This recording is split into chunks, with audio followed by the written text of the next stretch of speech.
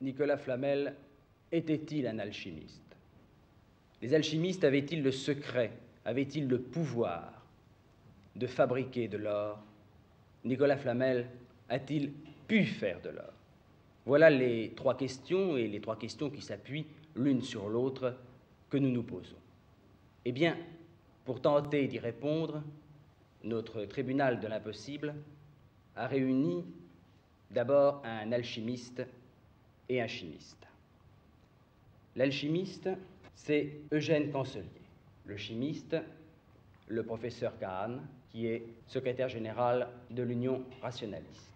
Et puis, Henri Bach, qui est rédacteur de revues ésotériques et qui a longuement étudié l'histoire de Nicolas Flamel et d'autres alchimistes. Il y a Lucien Barnier, écrivain scientifique, et Alain Debré. Eh bien, messieurs, je crois que, avant tout, ce qu'il faut, c'est savoir ce qu'est exactement l'alchimie. Et personne ne peut nous le dire mieux que M. Cancelier, qui est alchimiste. L'alchimie, pour répondre précisément à votre question, ce n'est pas ce que disent les encyclopédies, même les meilleures, ordinairement, à savoir que l'alchimiste fait de l'or, veut faire de l'or. Non.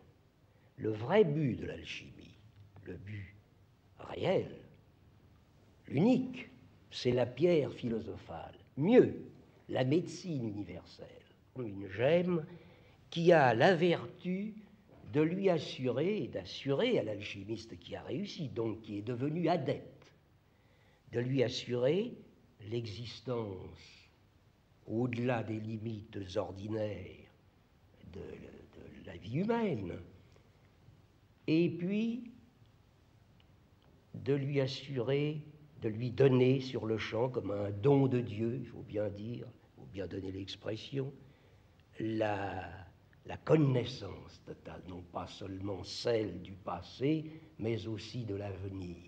Est-ce que c'est pour vous la quête qui est la chose essentielle, ou bien est-ce que le fait tout de même de travailler une matière, de la travailler d'une manière régulière, de la travailler d'une manière manuelle, est aussi important que cette quête intérieure? Elles vont de pair. Il y a une communion, car l'alchimie ne va pas sans sa philosophie. Il doit y avoir une communion précisément très étroite de l'artiste et de sa matière, de l'alchimiste et de sa matière. Est-ce que vous êtes proche, pour vous, de ce résultat? De cette découverte? Oui, oui. Bien sûr, j'approche. La voie est simple, mais tout de même assez difficile à réaliser, surtout la coction. Car je travaille par voie sèche. Alors c'est la voie au creuset, ça n'est pas la voie au... Je vais vous demander quelle est la différence entre la voie sèche et la voie humide. Si eh bien, tout simplement celle-ci, à savoir que la voie sèche s'effectue dans des vaisseaux de terre. La voie humide s'opère dans les ballons, dans les instruments de verrerie, de verre. Et alors, comment? Je voulais simplement vous demander si ce travail, si cette quête vous remplissait d'une joie suffisante ou si vous attendiez nécessairement le résultat. Non, la joie est constante. C'est la joie de tous ceux-là qui cherchent, n'est-ce pas? C'est cette progression qui intervient heureusement, qui entretient l'espoir et avec l'espoir l'enthousiasme. C'est bien la loi pour tous les chercheurs, sinon nous ne continuerions pas. S'il n'y avait pas de loin en loin un encouragement, quelque chose qui vient vous dire « tu es dans la voie ». L'alchimiste qui est dans la bonne voie est en mesure de recueillir le rayonnement cosmique, si vous voulez, qui lui-même est composé de divers rayonnements, dans certaines conditions surtout, avec l'intervention de la Lune, en mesure de le recueillir, d'en constater la couleur et le poids, et non pas des traces, non pas des radiations, non pas de l'énergie décelés dans des chambres spéciales, tubes ou autres. Non, non, là, tout bonnement. Voici, professeur Kahn, un langage qui me paraît assez particulier, un langage qui n'est certainement pas le langage du chimiste que vous êtes. Évidemment, c'est un langage qui est poétique, qui peut être émouvant, mais qui est susceptible de toute espèce d'interprétation. Le langage de la science, ça n'est peut-être pas exactement ce que disait, je crois bien, Condillac. La science est une langue bien faite. Mais c'est un domaine où l'on s'efforce de donner au terme une signification qui soit admise par tout le monde et qui ne soit pas sujette à fluctuation dans le cours même de la conversation. On se tient à quelque chose qui est robuste, qui est stable. Et ce qu'il en est de même lorsque nous parlons d'alchimie. Nous sommes dans un domaine où le symbole est roi. À telle enseigne que je suis fondé, moi, chimiste, à me demander à quel moment s'arrête la symbolique de l'alchimie. Et lorsque l'alchimiste nous dit qu'il a fabriqué ou que son confrère a fabriqué de l'or, s'agit-il bien de l'or que je connais, moi, que je manipule? Ne s'agirait-il pas de nouveau d'un symbole? Que depuis Gébert, tout au moins Hébert, on possède tous les moyens de vérifier les métaux précieux, quels qu'ils soient, même leur alliage, même leur titre. On connaît la coupellation depuis même l'Antiquité. La coupellation, un chimiste le sait, ne trompe pas. Or, quand on présentait un lingot transmué, recueilli, il était essayé. Et l'art de l'essayeur était poussé dans les temps anciens à un degré qu'on a tort d'avoir oublié. Alors, Lucien Barnier, à votre avis, est-ce qu'on peut fabriquer de l'or? Moi, voyez-vous, quand je pense à tout ce qu'il faut dépenser d'énergie pour faire voyager les neutrons qui vont représenter la différence qu'il y a entre un atome de mercure ou un atome de plomb et un atome d'or, quand je constate qu'aujourd'hui nous avons des machines qui pèsent des dizaines de milliers de tonnes, 40 000 tonnes, qui consomment autant d'électricité que l'ensemble de la région parisienne pendant quelques instants, qui mesurent, comme c'est le cas de l'accélérateur de particules de Stanford aux États-Unis, près de 3 km de longueur, et que on pourrait, à la rigueur, et pas d'une manière délibérée, avec quelques tâtonnements, fabriquer de l'or, avec ces machines colossales qui vraiment, elles, opèrent un grand chambardement au sein de l'atome. Et on ne le fait pas.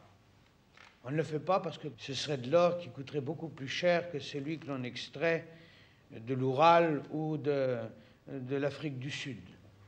Alors, quel est pour vous, professeur Kahn, l'héritage que le chimiste a reçu de l'alchimiste? Y en a-t-il un?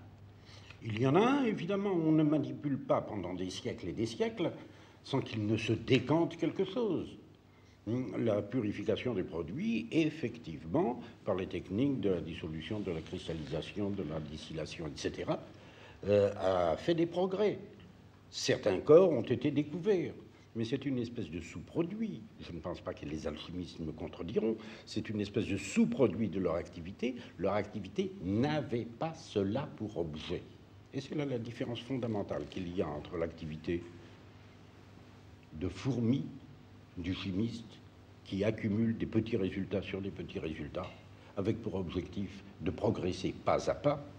C'est la différence qu'il y a avec l'activité de l'alchimiste qui, lui, avec son objectif grandiose, quand il cherche la transmutation en or, quand il cherche l'élixir de longue vie, quand il cherche la pierre philosophale, avec des objectifs grandioses comme ceux-là, il ne peut pas attribuer grand prix à des petites découvertes, à des petits progrès comme ceux que nous aspirons à faire tous les jours.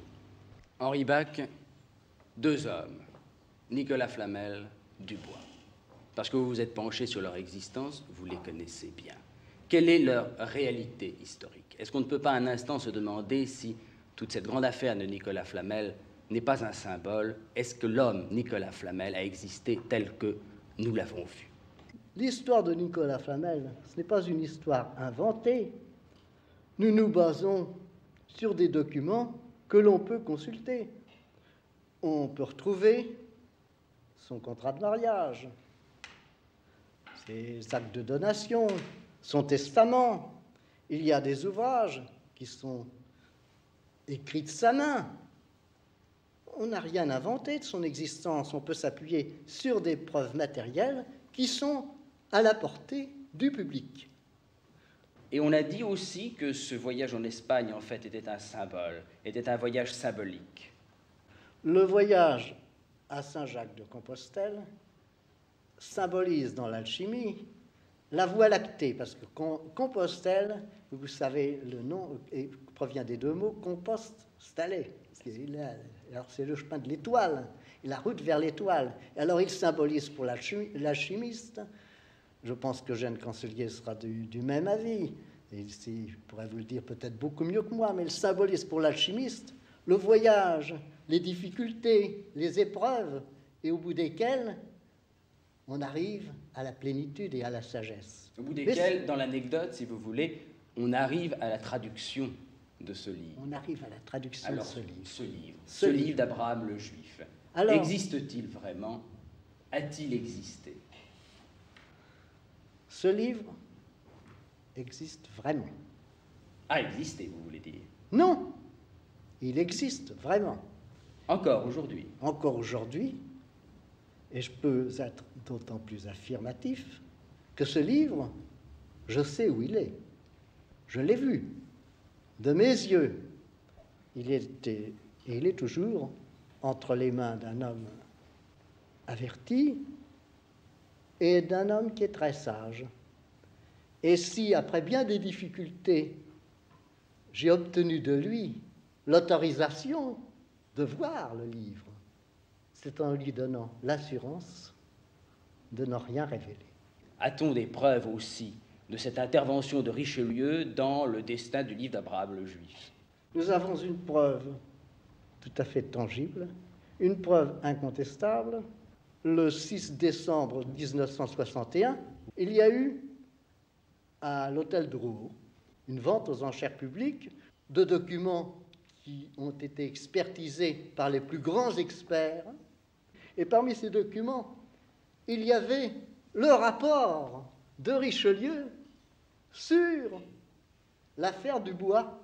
Il y a quelque chose d'assez amusant dans ce rapport, c'est qu'il y a en marge des annotations du roi Louis XIII. Louis XIII, apprenant qu'on était sur le chemin et qu'on allait peut-être aboutir à la fabrication de l'or, a mis en marge, ce qui prouve qu'il avait pas mal d'humour. Eh bien, c'est une bonne nouvelle, cela fera plaisir à Monsieur de Bullion. Monsieur de Bullion, c'était son surintendant des finances. Alain Decaux, comment peut-on expliquer que Nicolas Flamel, tout à coup, montre ces signes de richesse qui apparaissent chez ce petit enlumineur qui tout de même n'avait pas de raison normale et naturelle de faire fortune? Et comment explique-t-on que son lointain héritier Dubois aille jusqu'au sacrifice suprême pour ce qui, après tout, n'est peut-être qu'une supercherie? Eh bien, j'ai pris Nicolas Flamel parce que lui, c'est un alchimiste historique, n'est-ce pas? C'est le seul sur lequel nous avons un dossier. Et ce dossier, on peut le suivre à la trace. Mais enfin, on a constaté une chose, il était pauvre, il devient riche.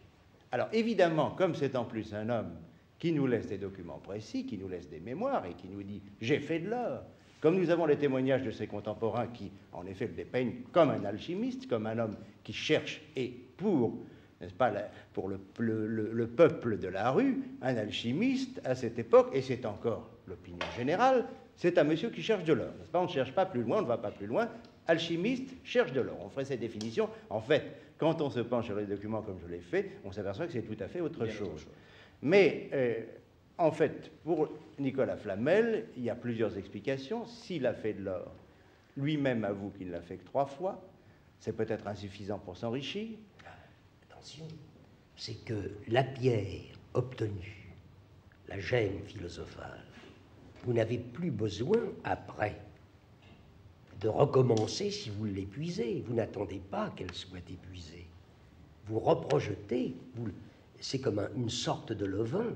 Il vous suffit d'avoir du mercure très pur. Il déclare qu'il a fait de l'or 3 fois, ce qui voudrait Ça dire lui suffit. que c'est le point de départ. Et ensuite, il est en possession d'une matière première qui marche toute seule. Ah oui, oui. Il l'a fait d'ailleurs pour C'est son extrêmement plaisir, il le dit bien.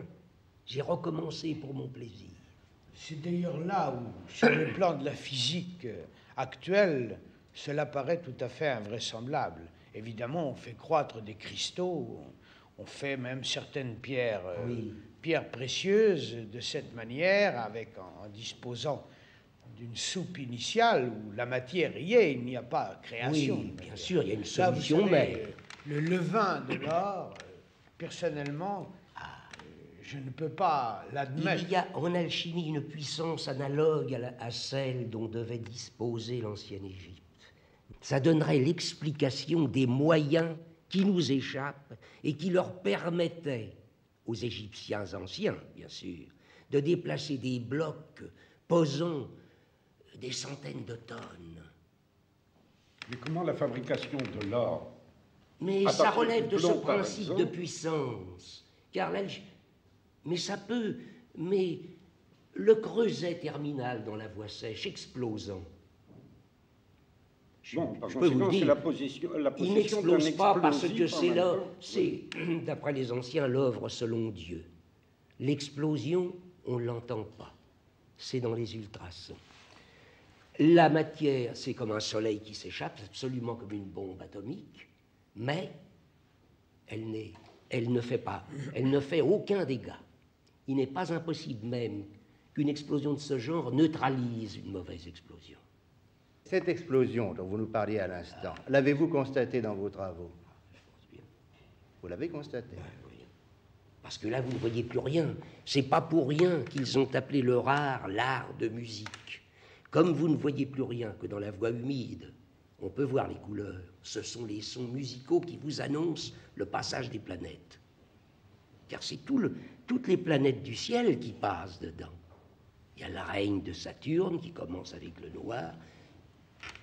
Nous avons donc ici monsieur le chancelier qui vient de nous dire « J'ai constaté ce phénomène inexplicable ». Alors, tout de même, là, nous avons un témoignage. Non, monsieur Cancelier dit avoir constaté une explosion d'un type qui ne correspond pas aux explosions auxquelles nous sommes accoutumés dans les laboratoires. C'est une explosion qui ne fait pas de bruit, qui ne risque pas de faire de dégâts.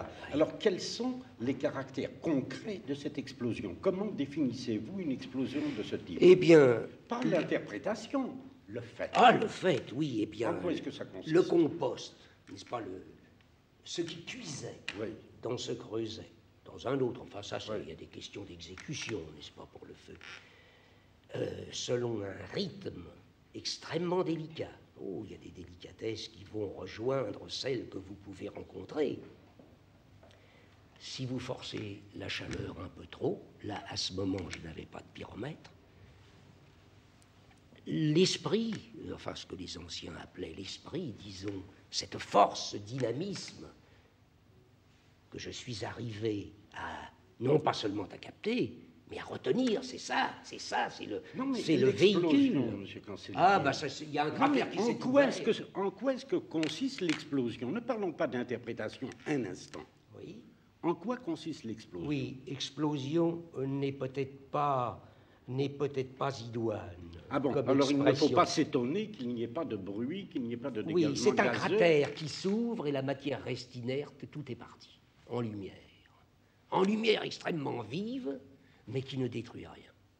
Ah, pardon, mais si la lumière, si la matière est partie, il y a tout de même eu une destruction. Ah. Il y avait quelque chose, il n'y a plus rien. Ah, bah, il y a eu de la lumière. Eh bien, voilà des choses que nous faisons chaque jour, Ah, à chaque instant, que le petit enfant fait avec une allumette.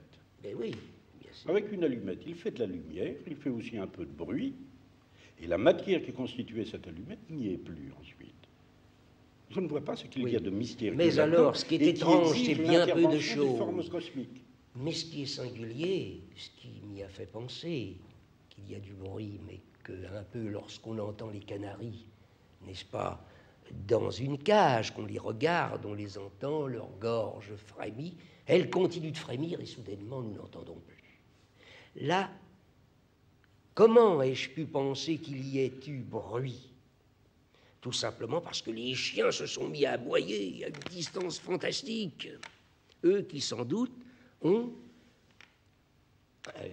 un sens, ont des oreilles pour entendre ce qui échappe encore à notre ouïe. Est-ce que l'historien ou le psychologue ne peut pas faire une autre hypothèse sur la constitution de cette fortune de Nicolas Flamel? Vraiment, c'est une hypothèse, parce qu'elle ne repose sur rien, elle a été formulée, je la rapporte comme telle. On a dit que Nicolas Flamel, à la faveur de son voyage en Espagne, avait pu prendre contact avec les représentants de la communauté juive de France expulsés et rentrer en France et être en quelque sorte leur mandataire pour administrer les biens qu'ils auraient pu laisser. Et évidemment, là, il aurait prélevé une dîme, ce qui est bien normal pour un administrateur, et grâce à cela, il se serait enrichi. Voilà passé du symbolique au social. Oui. Quant à l'histoire des Juifs pour Flamel, c'est pas possible. Je vais vous dire pourquoi. L'abbé Villain a écrit un livre entier sur Flamel, et avec un esprit sévère, contempteur, vétilleux. Il n'aurait pas manqué de présenter cette hypothèse quelque peu infamante, parce que, attention, on la présente et elle est née bien après. Bien après, on dit qu'il recevait le bien de ces malheureux et se gardait fort de le rendre, de même qu'il recevait en prêt, en avance, le bien des petits, qui, toujours dans la possibilité de lui rendre, devaient finalement lui céder pour s'acquitter. Non, l'abbé Villain n'a pas parlé de cette histoire de spéculation sur le malheur de la race juive. Pas du tout. Vous savez, je vous ai dit que c'était une hypothèse que je rapportais objectivement, je n'y suis pas attaché. Et le cas de Dubois? Dubois, lui, qui n'était certainement pas un véritable alchimiste. Ça, c'est une accusation grave. Quelle est pour vous la raison? Qu'est-ce qui vous pousse à penser que Dubois n'était pas un alchimiste, bien qu'ayant le livre de Nicolas Flamel? Tout simplement parce qu'il a fait cette expérience publiquement.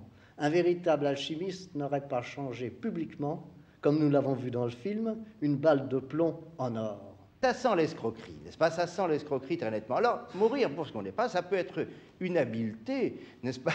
Vous direz que mourir... Définitive. Finir pendu, mais c'est une habileté qui ne marche pas, voilà, n'est-ce pas? Je crois que Dubois, pris dans son mécanisme et qu'il n'en sort pas. Acculé, d'ailleurs dans une scène, nous avons essayé de le montrer, n'est-ce pas? Pour lui, parler, c'était se perdre, ne pas parler, c'était courir le risque tout de même de se sauver. On le menaçait de la pendaison, mais il pouvait dire, mais oui, mais peut-être ne serais-je pas pendu. Finalement, il a été pendu. Je crois que c'est, hélas, une simple escroquerie. Je crois que Dubois descendait vraiment, d'une manière collatérale, d'ailleurs, de Flamel. Je crois qu'il avait le livre. Mais, cela dit, il ne pouvait pas le lire, ce livre, puisque Flamel lui-même n'a pu le lire qu'au travers des enseignements que les spécialistes kabbalistiques juifs réfugiés en Espagne lui ont donnés. Dubois a joué son affaire et son destin à pile ou face. Il a choisi pile et c'est tombé sur face. Voilà. Les conclusions sont toujours un peu brutales et aux questions, si l'on veut être clair, il faut toujours finir par répondre par oui ou par non. Alors je vais demander à chacun d'entre vous de bien vouloir me dire si, au fond de lui-même, il pense très sincèrement que Nicolas Flamel a fabriqué de l'or. Eugène Cancely. Oui, il en a fabriqué. Le symbolisme qu'il nous a laissé, les écrits, les peintures et les sculptures le prouvent. Henri Bach. Je le crois, j'en suis persuadé. Alain Decaux. Je ne parviens pas à le croire et j'en suis désolé. Lucien Marnier. Cela me paraît impossible. Professeur Kahn. C'est tout à fait invraisemblable. Je serais tenté de dire 2 contre 3, ou 3 contre 2. Alors, faut-il penser que pendant des siècles, des dizaines et des dizaines d'hommes ont œuvré pour rien? Ça, je ne le crois pas non plus. Je ne le crois pas parce que ces hommes avaient une passion, et c'est Stendhal qui disait « Heureux celui qui a une passion, fût-ce d'être amoureux d'un diamant ». Eh bien, les alchimistes étaient amoureux de la pierre philosophale. Cette pierre philosophale leur donnait peut-être l'or, mais l'or, je crois qu'ils ne l'entendaient pas au sens monnaie d'échange, ils l'entendaient au sens perfection. Ils étaient amoureux de la perfection, et si c'est cela l'alchimie, eh bien, on ne peut que souhaiter que tous les hommes, jusqu'à la fin des temps, soient un peu des alchimistes.